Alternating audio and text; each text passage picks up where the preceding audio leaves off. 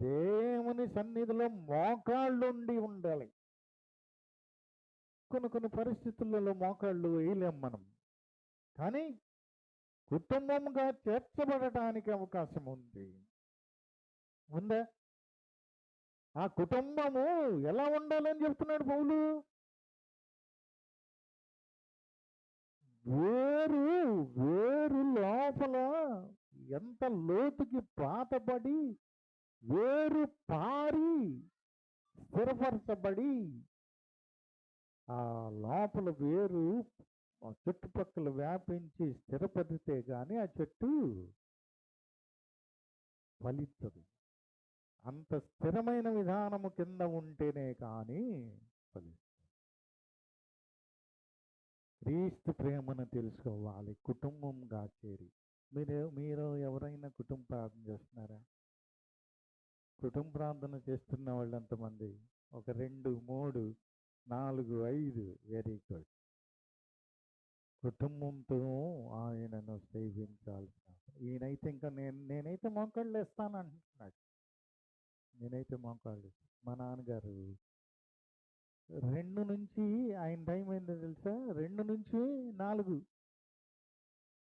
2 నుంచి 4 ఎవరన్నా మేలుకొని ఉంటారు ఆ టైంలో. నేను కూడా మేలుకొని వింటా ఉంటా ప్రార్థన చిన్నప్పుడు. ఇలాంటి పరిస్థితి. కుటుంబమంతా మమేకమై ఆ కుటుంబాన్ని కూడా దాసుని కుటుంబం అంటున్నాడు ఆయన. దాసుడు దావీదు దాసుని కుటుంబమును హెచ్చించి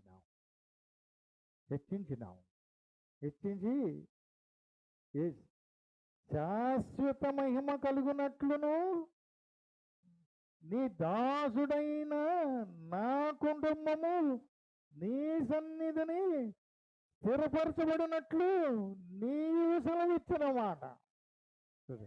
ఇక్కడ పౌలు కూడా ఉన్నాడు, వేరు పారై స్థిరపరచబడాలి అని అన్నాడు. మరి దేవుని ఆలయములో మనం స్థిరపరచబడి ఉంటున్నామా? కుటుంబంగా ఉన్నామా?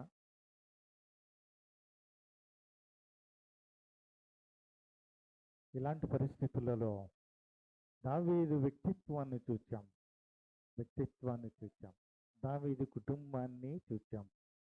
ఇప్పుడు ఎవరిని చూడాలి మనం?